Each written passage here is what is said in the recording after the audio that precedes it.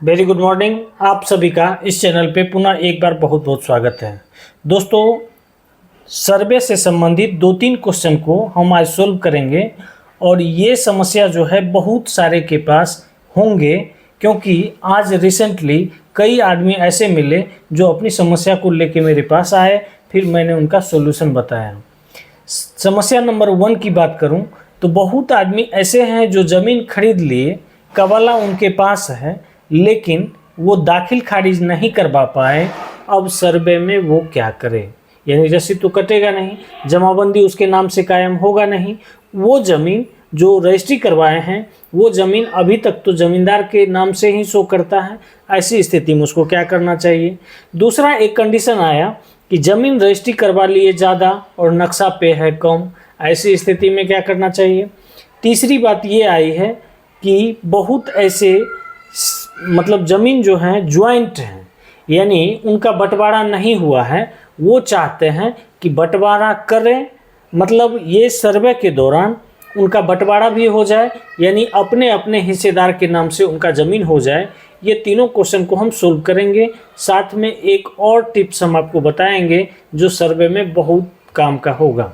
दोस्तों, चैनल पे नए हैं तो ज़रूर सब्सक्राइब कीजिए।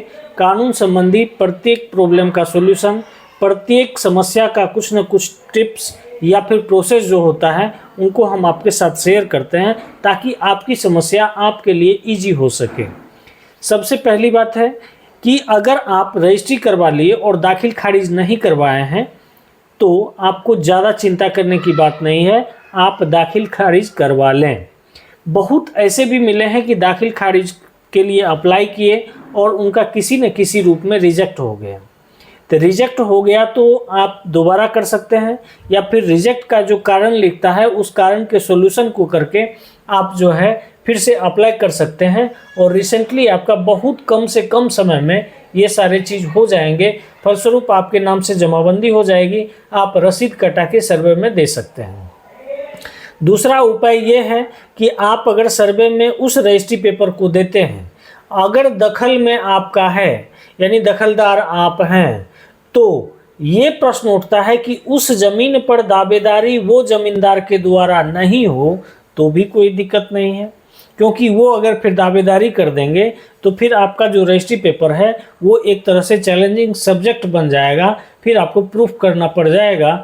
तो इसलिए सबसे बेटर ये होगा कि आप दाखिल खारिज करवा ही लें, उसके बाद उनको सर्वे में बाज़ाब्ते जमा कर दें, समस्या सोल्व हो जाएगी। समस्या नंबर 2 की अगर मैं चर्चा करूं तो मान लिया जाए बहुत सारे हिस्सेदार हैं, एक ज़मीन है उसमें 2, 3, 4 हिस्सेदार हैं।